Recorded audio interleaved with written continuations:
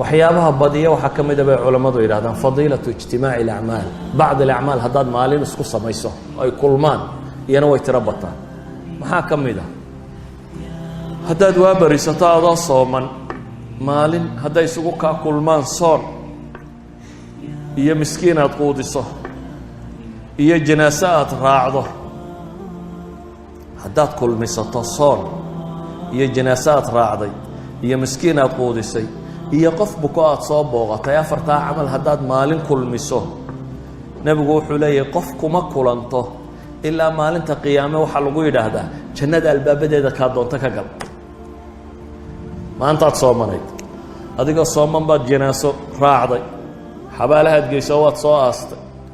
waad soo noqoto dhakhtarka ama guriga mid yaallo bukay baad soo booqatay miskiinna waxbaad siisay afartaa camal hadday maalin ku kulmaan aad kulansiisato nabiga calayhi salaatu wasalaam subax buu wuxuu yidhi man asbaxa minkum alyawma saa'ima war maanta yaa sooman abi bakr baa yidhi aniga markaasuu nabigu yidhi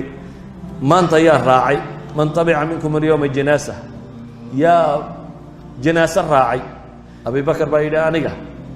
maanta yaa miskiin wax siiyey buu nabigu yidhi abi bakr baa yidhi aniga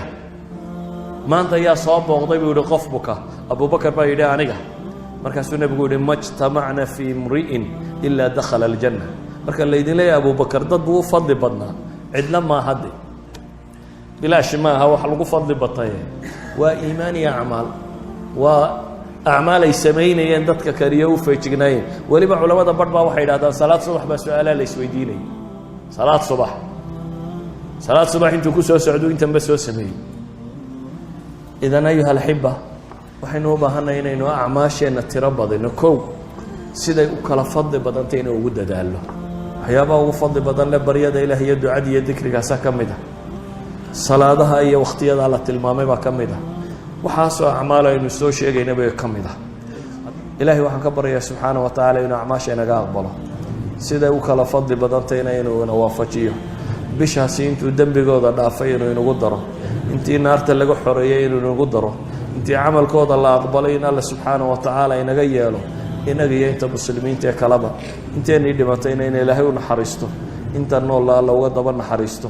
wixii xaq iyo sawaab ku jirana in ilaahayna wada waafajiyo وصلى الله على النبي محمد وعلى آله وصحبه وسلم